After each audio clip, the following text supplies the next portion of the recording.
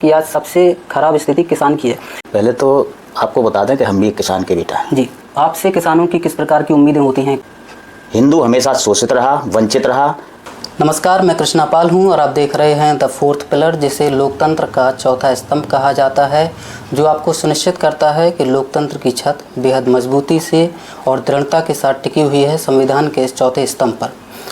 इस शो में हम आपसे मुखातिब करवाते हैं आपके द्वारा चुने गए जनप्रतिनिधियों को, जो हमेशा तत्पर, तल्लीन, प्रयत्नशील और लगनशील रहते हैं आपके यानी कि जनता के कामों को सगुम बनाने की जद्दोजहद और होड़ में। आज हमारे साथ मौजूद हैं भारतीय जनता पार्टी किसान मोर्चा के जिलाध्यक्ष, एक मजबूत कार्यकर्ता, श्री कृष्णचंद तिवारी जी। बहुत बहुत स्वागत है आपका। आपका भी बहुत बहुत स्वागत। आपके चैनल द फोर्थ पिलर को भी बहुत बहुत शुभकामनाएं। धन्यवाद। तो सबसे पहला मेरा सवाल आपसे ये है कि प्रधानमंत्री मोदी जी अक्सर कहते आए हैं कि चाय बेचकर उन्होंने रोज़गार प्राप्त किया है, और पिछले दिनों में हम देख रहे हैं कि चीन जो है वो भारत के लद्दाख और अरुणाचल प्रदेश में कुछ हिस्सों पर उसने कब्ज़ा कर लिया है। तो क्या प्रधानमंत्री उस पर कोई एक्शन नहीं ले रहे हैं? तो क्या वो उस चाय का कर्ज चुका रहे हैं क्या? वैसे ये जानकारी जो आप बता रहे हैं, इसमें कहीं भी कोई सच्चाई नहीं है, क्योंकि जब से हमारी सरकार बनी है किसी ने 1 इंच ज़मीन को छूने की भी कोशिश नहीं की, और अगर किया है तो उसका परिणाम आपने लद्दाख में देखा होगा। जिस हिसाब से हमारी सेना ने मुंहतोड़ जवाब दिया, उनके कितने सैनिकों और उनके कितने सैनिक घायल हुए, ये आपको चैनल के माध्यम से पता होगा। और अरुणाचल प्रदेश, क्योंकि जब हम किसी दूसरे देशों के द्वारा, उनके देशों के द्वारा भारत के नक्शे को देखते हैं तो उसमें साफ नज़र आता है लद्दाख के हिस्से और अरुणाचल प्रदेश के कुछ हिस्से, जिसमें उनका जो मैप है भारत के अंदर नहीं दिखाया जाता है, वो चीन के अंदर दिखाया जाता है। नहीं, हमारी ऐसी नॉलेज में नहीं है, क्योंकि जो भारत का नक्शा है वो पुराना नक्शा है। उसी आधार पर हमारी सेनाएं वहाँ विराजमान हैं और देश की रक्षा करने के लिए वो तैयार रहती हैं। ठीक है, दूसरा सवाल मेरा आपसे ये है कि चूँकि आप किसान मोर्चा के जिलाध्यक्ष हैं, आप सीधे तौर पर किसानों से जुड़े हुए हैं और जाहिर सी बात है कि आप गांव से आपका संपर्क बहुत ज़्यादा होता है।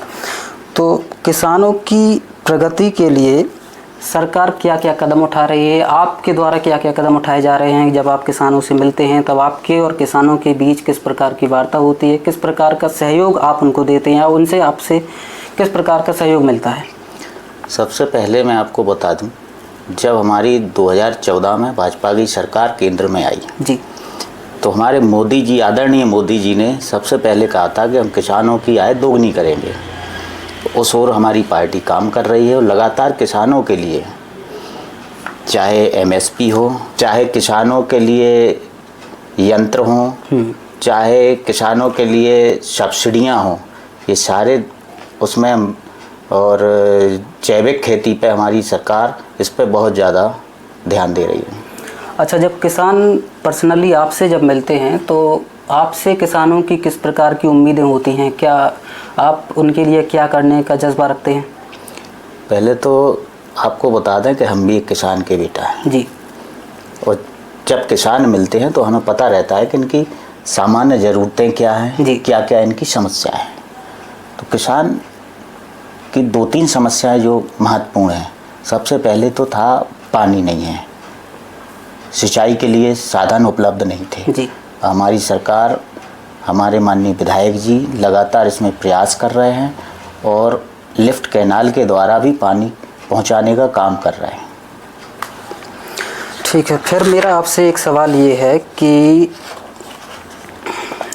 क्या कारण है, मतलब किसान, भारत को एक कृषि प्रधान देश कहा जाता है, और इसका सबसे बड़ा कारण क्या हो सकता है कि आज सबसे खराब स्थिति किसान की है? इस दीनहीन व्यवस्था की क्या कारण है इसका? इसका ये कारण है कि जब से हमारा देश स्वतंत्र हुआ तो किसानों को सिर्फ वादे किए गए, ज़मीन पर कोई काम नहीं किया गया। जी, आपको याद होगा, एक प्रधानमंत्री हुआ करते थे, वो कहते थे कि हमारे यहाँ से 1 रुपये चलता है तो 90 पैसा बीच में कहाँ रह जाता था, ये आप लोगों को भी पता होगा जी। यही व्यवस्थाएं जो 70 वर्षों से चली आ रही थी, उन्हीं का परिणाम था कि आज हमारे किसान इतनी बुरी स्थिति में थे। ठीक है, मेरा अगला सवाल आपसे ये है कि आपका पैतृक गांव है भरोसा जी, और माननीय विधायक जी, गरौठा विधायक जी भी वहीं से आते हैं जी। तो आपकी उनसे मुलाकात जब होती होगी तो उनसे आपको किस प्रकार का सहयोग मिलता है और आपके और उनके बीच के कैसे संबंध हैं, उसके बारे में बताइए। देखो, संबंध की तो ये है कि हम एक ही गांव से हैं जी और राजनीति में हम आए तो उन्हीं की प्रेरणा से आए जी। उनको ही देख के हम इस राजनीति में आए हैं। उन्होंने धरातल पे कितना काम किया है ये सबको पता है, क्योंकि वो रोज़ प्रतिदिन जनता के बीच में जाते हैं, उनकी समस्याएं सुनते हैं, उनको लेके लखनऊ जाते हैं, अधिकारियों के बीच में, मंत्रियों के बीच में जाके उन समस्याओं को बताते हैं और उनको पूरा करने का भरपूर प्रयास करते हैं। तो विधायक जी तो सरल हैं, उनसे अच्छा हमें नहीं लगता कि हमारे लिए कोई मार्गदर्शक होगा।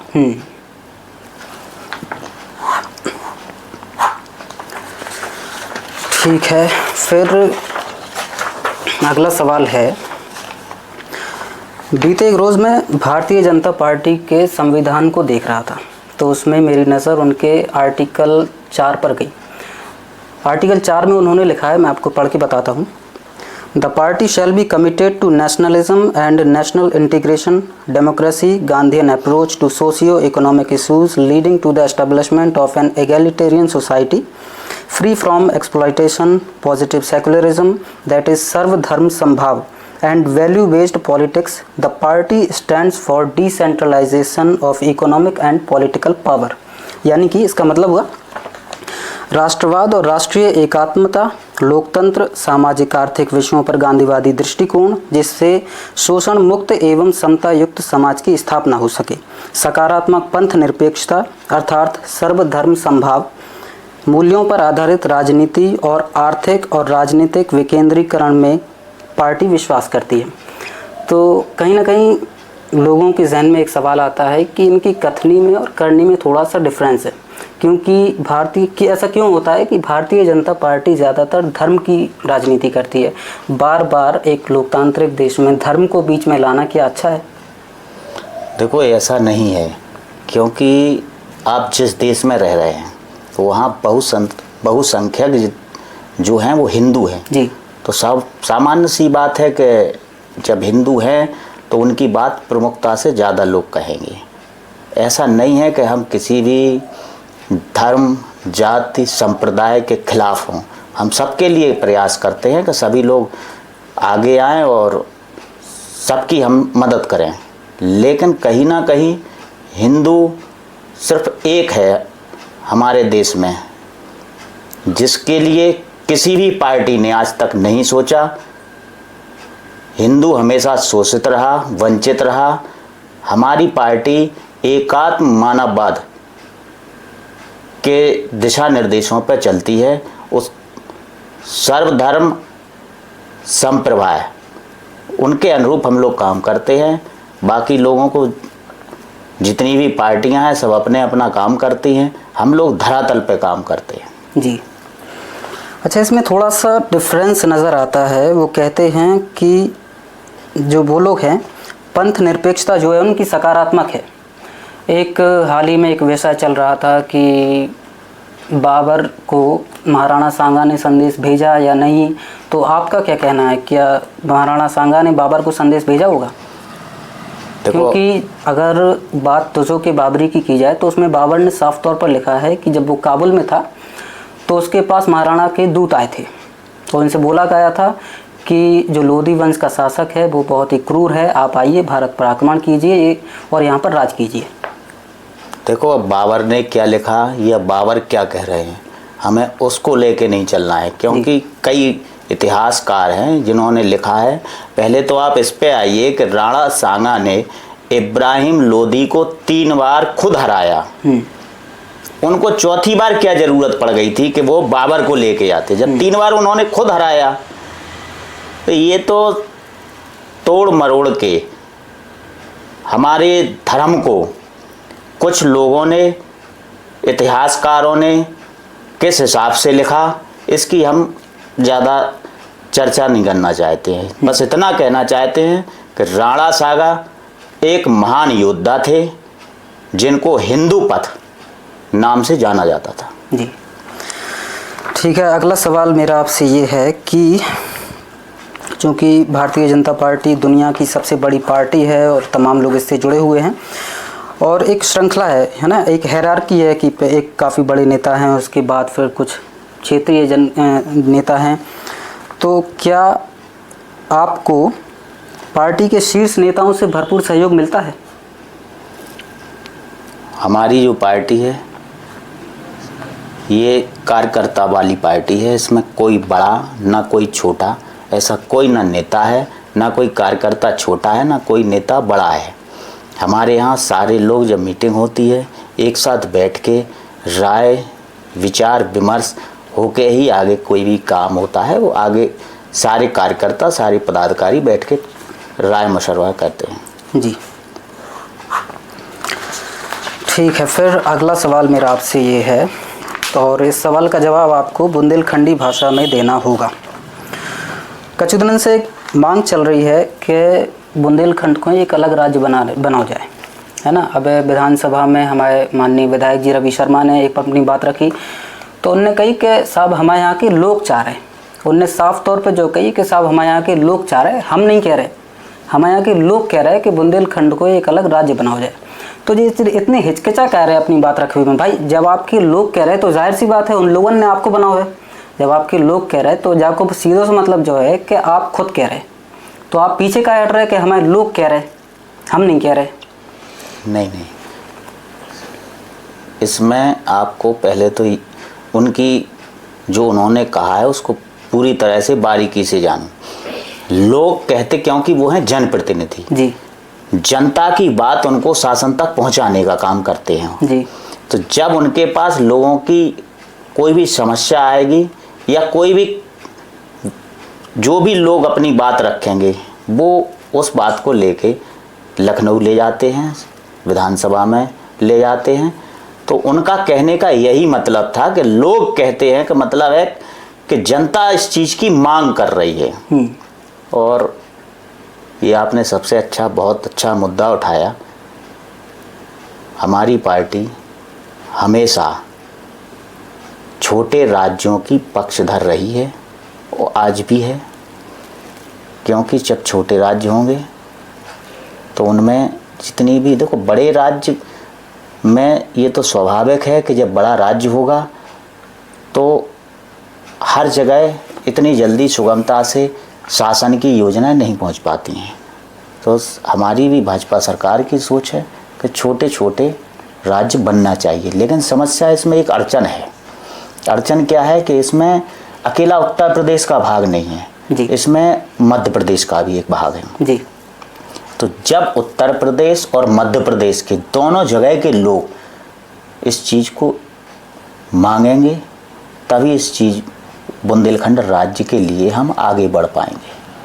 हमारा उत्तर प्रदेश में सारे योगी जी भी तैयार हैं, चर्चा चल रही है इस पर, लेकिन कहीं ना कहीं दो राज्यों के बीच की समस्या की वजह से ये अभी लटका है। नहीं तो दोनों राज्यों में आपकी सरकार है, लोगों की सरकार है, लेकिन मध्य प्रदेश के लोग तो चाहते हैं ना कि राज्य बने। नहीं तो मध्य प्रदेश के लोगों में अभी उतनी जागरूकता नहीं आई है। अच्छा। हमारे यहाँ उत्तर प्रदेश में तो झांसी या झांसी के आसपास के जितने ज़िले हैं वहाँ तो लोगों की मांग है, लेकिन कहीं ना कहीं मध्य प्रदेश के लोगों की अभी उतनी मांग नहीं आई है। जब वहाँ भी आ जाएगी तो निश्चित है कि बुंदेलखंड राज्य बन जाएगा। तो इसी से जुड़ा हुआ एक सवाल है कि बुंदेलखंड राज्य बनाने के लिए आपकी सरकार क्या क्या कदम उठा रही है? सबसे पहले तो एक चीज़ है कि ये आपको हमने पहले भी बताया कि कहीं ना कहीं दोनों राज्यों की मतलब वजह से, कि जब लोग चाहेंगे तो सरकार वैसा करेगी। बिल्कुल, क्योंकि लोकतंत्र की सरकार है और जैसा लोग चाहेंगे वैसा होगा। ठीक है, फिर एक सवाल आपसे ये है, क्योंकि आप जिला अध्यक्ष हैं किसान मोर्चा के, अक्सर पेरेंट्स चाहते हैं कि उनके बच्चे एक अच्छे इंजीनियर बने, एक अच्छे डॉक्टर बने, लेकिन एक चीज़ जो समाज में नहीं आ रही है, वो नहीं चाहते हैं कि एक छात्र जो हैं वो अच्छे किसान बने। तो आप लोगों की क्या जिम्मेदारियां हैं, आप लोगों को कैसे मार्गदर्शित कर रहे हैं कि कैसे वो खेती की तरफ आगे बढ़ें, क्योंकि बिना खेती के तो कुछ संभव है नहीं। तो आप लोगों को जागरूक करने के लिए क्या क्या कर रहे हैं? देखो, ये हमेशा से रहा है कि हर गार्जियंस ये सोचता है कि हमारा बेटा आईएएस बने जी, पीसीएस बने या इंजीनियर बने, डॉक्टर बने जी। किसानी के लिए पहले कोई संभावनाएं नहीं थी। जो हमने बताया कि 70 साल की जो सरकारें थीं, उन्होंने ऐसी कोई भी प्लेटफॉर्म तैयार नहीं किया कि जिस वजह से कि गार्जियंस कहें कि आप किसान बने। लेकिन आज के समय में हमारी सरकार ने सबसे ज़्यादा काम कृषि पे कर रही है। आप देखिए हमारे यहाँ झांसी में, तो हमारे यहाँ जो जैविक खेती का है इसका ग्राफ बढ़ रहा है, क्योंकि कहीं ना कहीं हमें पिछले खान पान के हिसाब से चलना पड़ेगा। पहले जो मोटा अन्न हम लोग खाते थे, उससे हमारा स्वास्थ्य अच्छा रहता था, हमारा शरीर अच्छा रहता था। जब आपका शरीर अच्छा होगा तभी आप कोई काम अच्छे से कर पाएंगे। तो कृषि विश्वविद्यालय है यहाँ झांसी में, जो कृषि विश्वविद्यालय है, इनमें कई छात्र आज भी नई तकनीक से कैसे आप उन्नत किसान बन सकते हैं, यहाँ सेमिनार भी लगते हैं। सरकार द्वारा वैज्ञानिक भेजे जाते हैं। तो हमारी सरकार की योजना है कि ज़्यादा से ज़्यादा जब नए लोग बच्चे वहाँ जाएंगे, पढ़ेंगे, जब जानेंगे तभी तो उसमें आगे बढ़ पाएंगे, तभी हमारे गार्जियंस उसके लिए तैयार हो पाएंगे। जी।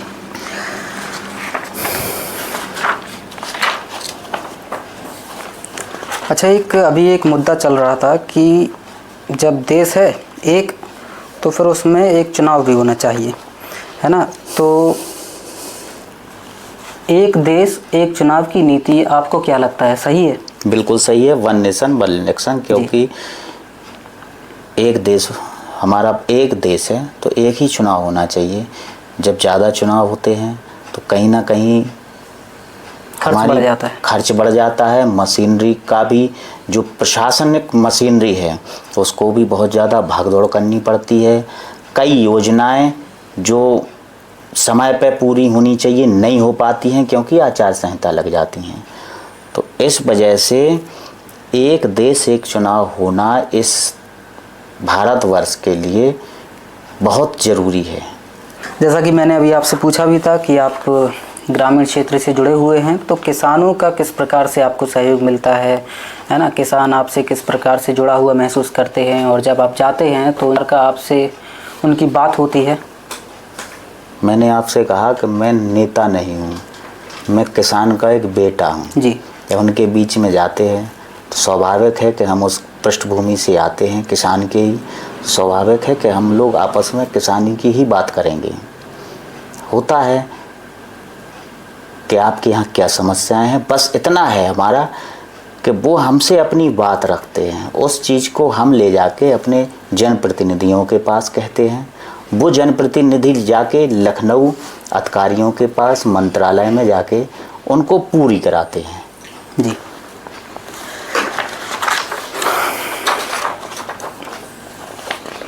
चलिए भाई, अब सवाल है और आपको एक शब्द में इनका उत्तर देना है। पहला सवाल आपसे ये है कि आपका पसंदीदा भोजन क्या है? क्या चीज़ आपको खाने में सबसे ज़्यादा पसंद है? दाल रोटी। दाल रोटी, जी, पारंपरिक खाना है भारतीय।